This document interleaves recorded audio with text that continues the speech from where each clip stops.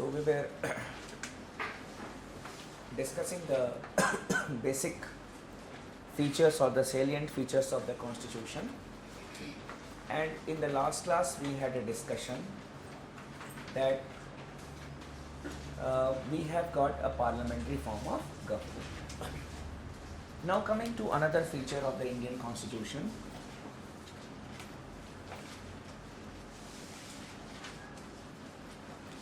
it has been drawn from various sources.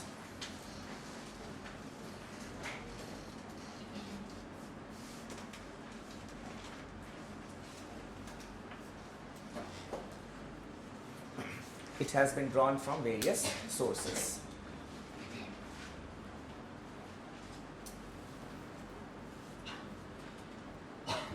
When we go through the written texts, that is the books which have been written on Indian constitution, not by authentic writers, but here and there, they have just taken an idea from some Western writer and have given the view, they have no views of their own, and they have written that the Indian constitution is a bag of borrowings, or it is a borrowed constitution. It is not their view. They have taken the view from some Western writer and they have written it. Personally speaking, as a student of politics, as a student of Indian constitution, I have got strong reservations regarding such type of things. First of all, the word borrowing, borrowed, these words are not to be used. Simple reason is that when you borrow something, you need to return it also. You need to return it also. For example, if you borrow my watch, sir, I need your watch, it is an emergency, I need your watch, I will give you. I will give you tomorrow. Okay, sir. The next day you come and sir, I had borrowed your watch, please take it. So when we talk about borrowings, obviously we need to return it. And in Hindi, the translation is useless. You can just laugh. Udhar ka thela hai. Just see the writers who use these things. That is why I do not suggest you to read these books, cheap books, which are available in the market. They just follow the Western writers. You see, no constitution in the world can claim originality. No constitution. Even the first written constitution of the modern times, that is the US Constitution, cannot claim originality. The ideas must be borrowed even from the philosophers. The idea of justice, the idea of liberty. It is not that the constitution makers, they thought about it. They must be inspired by the philosophers. So, none of the constitutions can claim originality. And what our constitution makers did, our constitution makers, they went through all the constitutions which were available at that point of time, both democratic as well as dictatorial, and they freely took various aspects from various constitutions, but they gave it an Indian color. Except some of the provisions of the constitution, we cannot exactly say that this particular article or this particular provision of the constitution has been taken from this constitution. You cannot say so. For example, in most of the textbooks it is written that we have taken the concept of a federal system from America, from United States of America. But the idea of federalism was there in our mind. It was there with us even before independence, because the Government of India Act 1935, it provided for the central government as well as the provincial governments. We had discussed that the members of the provincial assembly had taken part in the election of the members of the constituent assembly. So when you have an idea, central government and the provincial governments, so this is the idea of federalism. Two sets of government, central government and state government. So it was there with us because of the Government of India Act 1935. The idea was there. Then India is a country with diversity. We can say that we are having a plural society. We are having a plural society. The whole country is divided in the name of language, caste, religion, regional aspirations are there. So, how to keep the country united, even by decentralizing the authority, was a big challenge. Because when we are talking about federalism, it is decentralization of powers. All the powers will not be there in the hands of the central government. So, it was a challenge before the constitution makers. That is, what type of system to evolve where the plurality can be maintained. Thank you. The plurality can be maintained.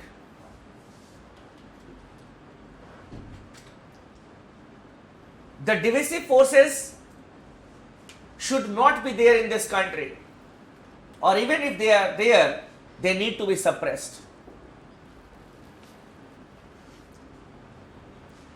With this thing in mind, the constitution makers were going through the various constitutions which were available at that point of time, and we came across a constitution which talks about such mechanism, the Canadian Constitution.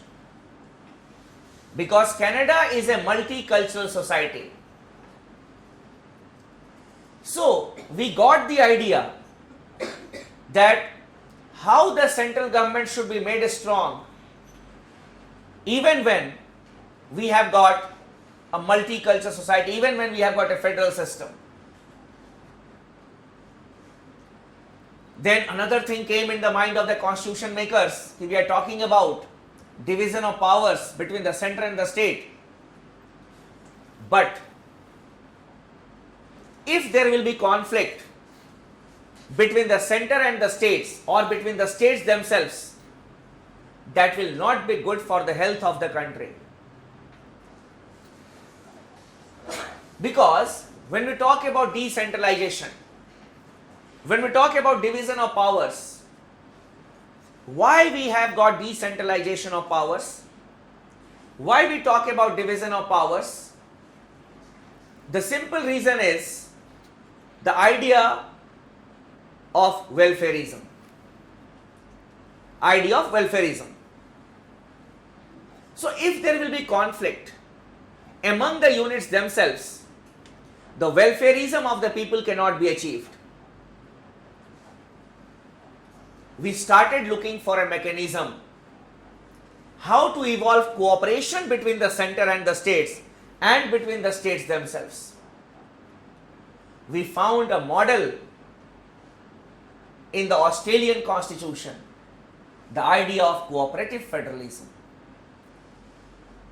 So how can we say that the concept of federalism, or the federalism that we have in India, has been borrowed from United States of America?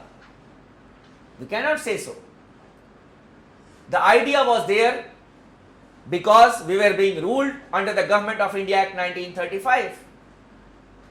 Then, keeping in view the plurality of the Indian society, we adopted the Canadian model of a strong center, and to evolve cooperation, we went for a mechanism of cooperative federalism, which is prevailing in Australia. So we cannot exactly say that the Indian federal structure is a replica of this country or that country. Similarly, the emergency provisions. The idea of emergency, that emergency can be imposed in this country, was there with us. Under the Government of India Act 1935, the provisions related to emergency were there. But under the Government of India Act 1935, the power to proclaim emergency was there in the hands of the Governor General as well as in the hands of the governors of the state. We deviated and we followed the Weimar Constitution of Germany. That is, it was in the hands of the central government. So the idea was there with us. Then another beauty of the Indian Constitution is there in article number 14. I am not discussing article 14 with you, that I will be discussing later on. Article 14 talks about two things.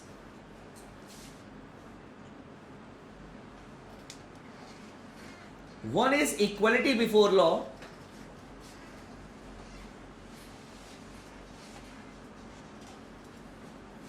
and secondly,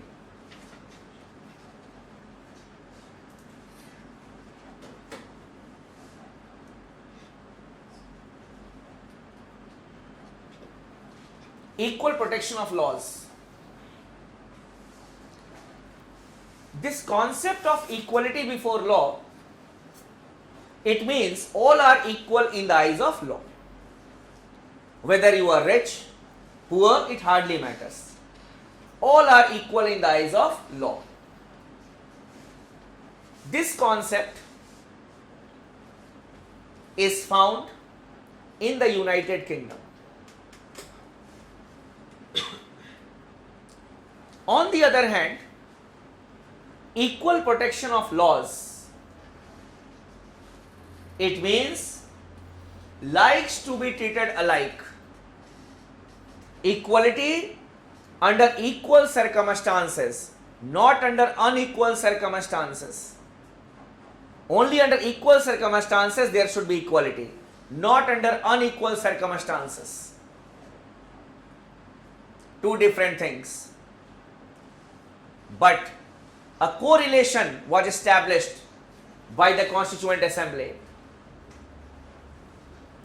Two different concepts taken from two different constitutions, and we were given an Indian color under the Constitution. So even though we have taken various aspects from different constitutions, but we have given them an Indian color.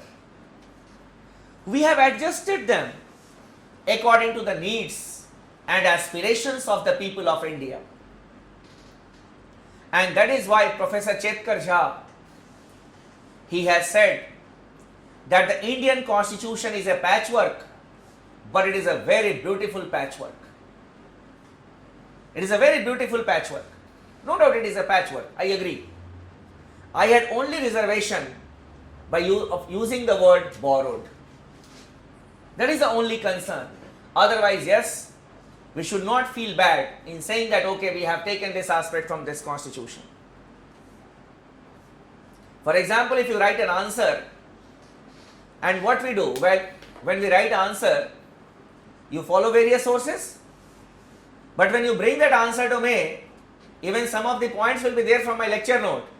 I'll say, you have borrowed the answer. You have borrowed the answer. You'll feel, hey sir, what are you saying? I have written, it is my own answer.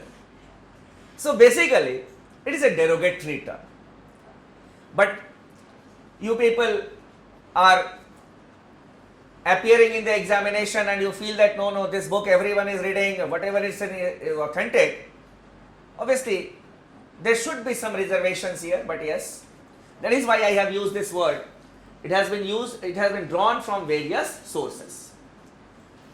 Now, in this slide, we need to understand or we need to know the important sources or the major sources of the Indian Constitution. You may write it.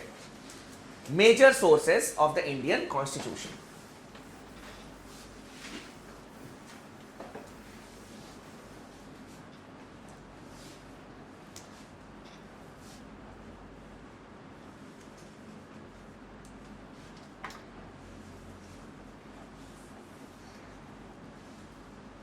Government of India Act 1935.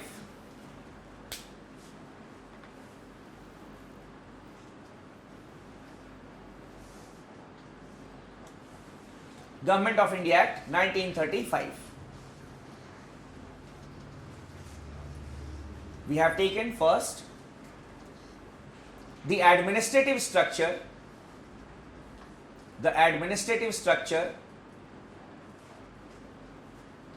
of the center and the states. The administrative structure of center and the states.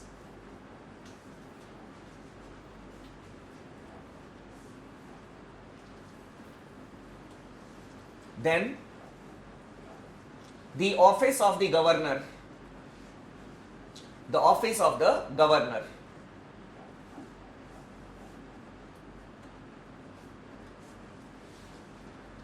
Then the idea of federalism. The idea of federalism.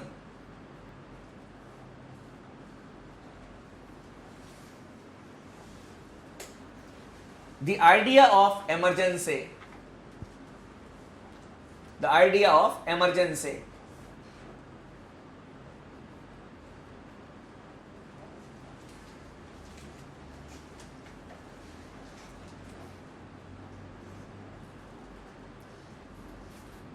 Then the idea of a federal judiciary. The idea of a federal judiciary. It was during the British rule and under the Government of India Act 1935 that the first Supreme Court was established in India at Fort William. Where is Fort William? Kolkata. Now coming to another source.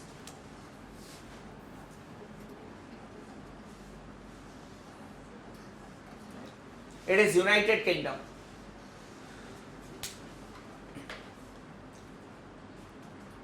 We have taken parliamentary form of government. Parliamentary form of government.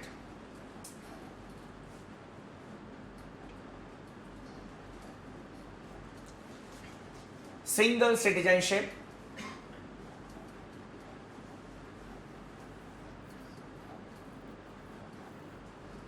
Office of the CAG. Office of the CAG. CAG is Comptroller and Auditor General of India. Then rule of law. Rule of law.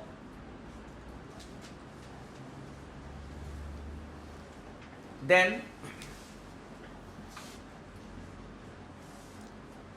writ jurisdiction of the court.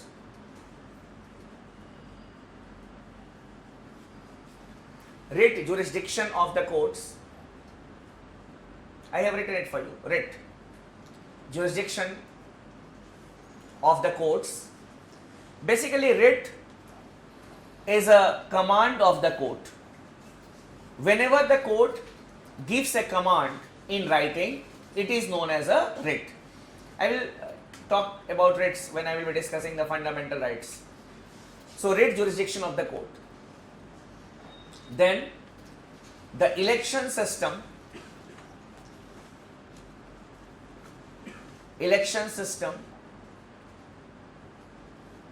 based on territorial representation,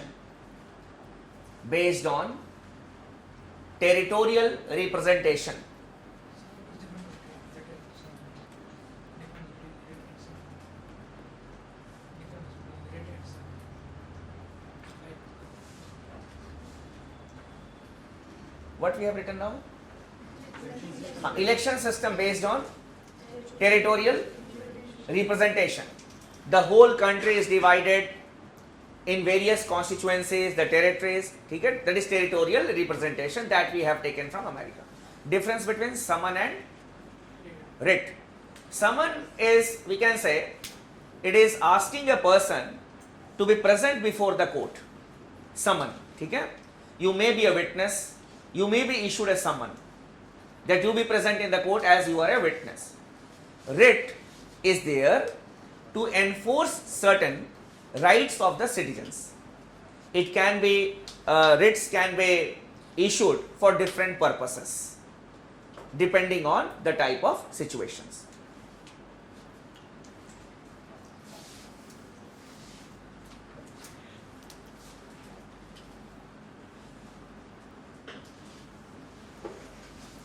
US Constitution. We have taken the idea of preamble.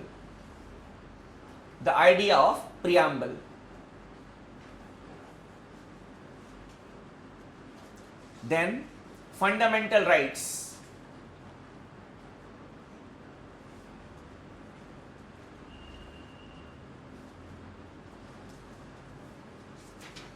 Then independence of judiciary.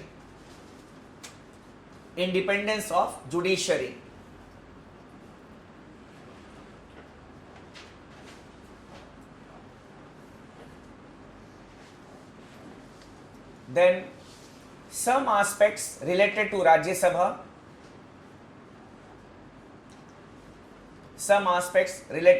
Sabha, that is the upper house.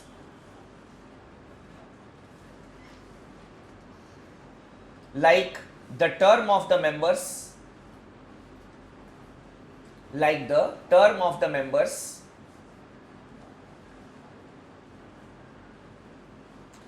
and the vice president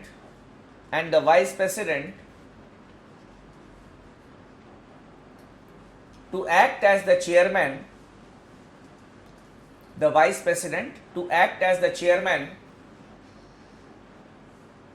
of the upper house,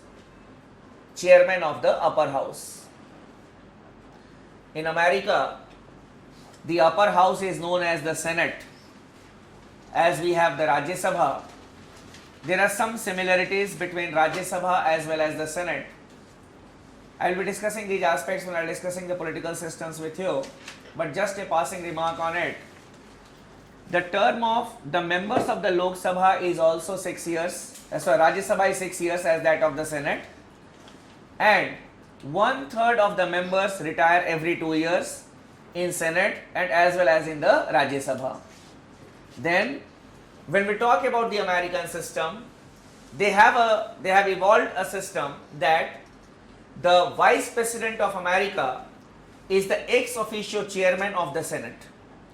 So we have taken that aspect from there only, and the Vice President of India is also the ex officio chairman of the Rajya Sabha. That is what we have written here. Then ex officio means by virtue of the post. Anyone who will be the Vice President of India will be the chairman of the Rajya Sabha, ex officio. Anyone who will be the Prime Minister will be the chairman of the Niti Aayog. Clear? It is an ex officio thing. Means by virtue of the post, that person will be the head or he will be holding that office. Next, equal protection of laws.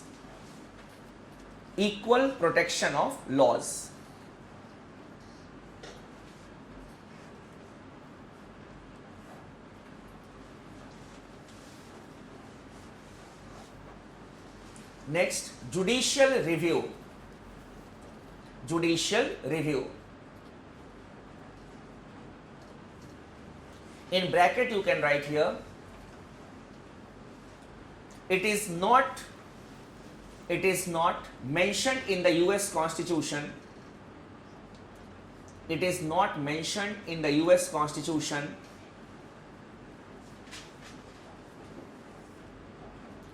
but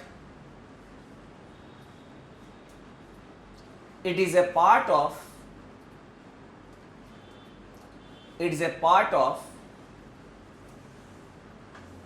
the working of the US political system.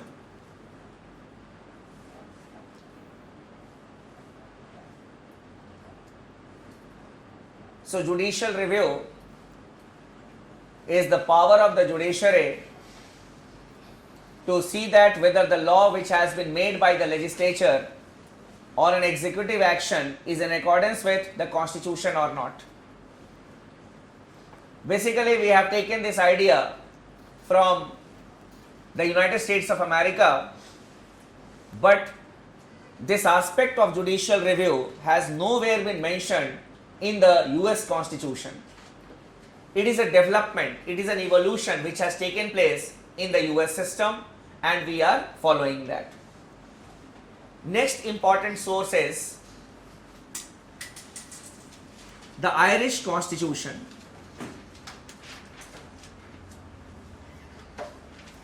The Irish Constitution.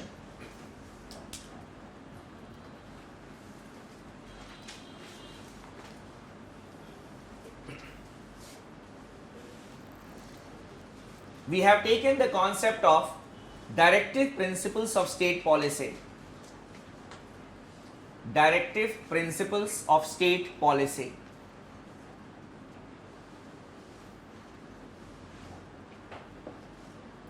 Then process of the president's election. Process of the president's election.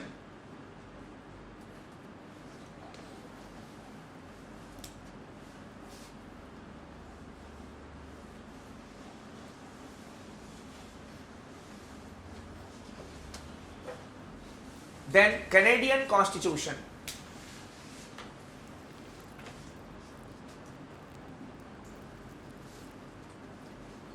We have taken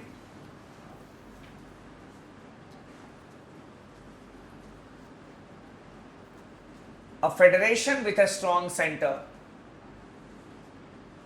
Federation with a strong center.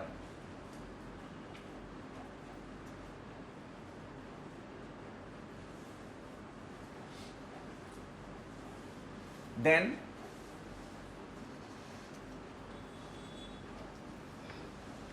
the residuary powers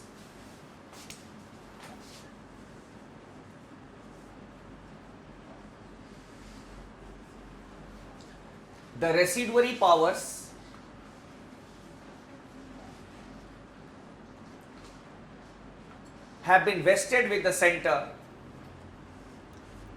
The residuary powers have been vested with the center. Vested with the center. VESTED. I'll tell you that in a federal form of government,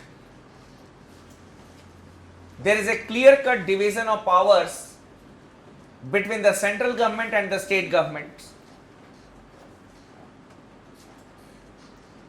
And it is written down in the Constitution that these are the powers of the central government, these are the powers of the state government.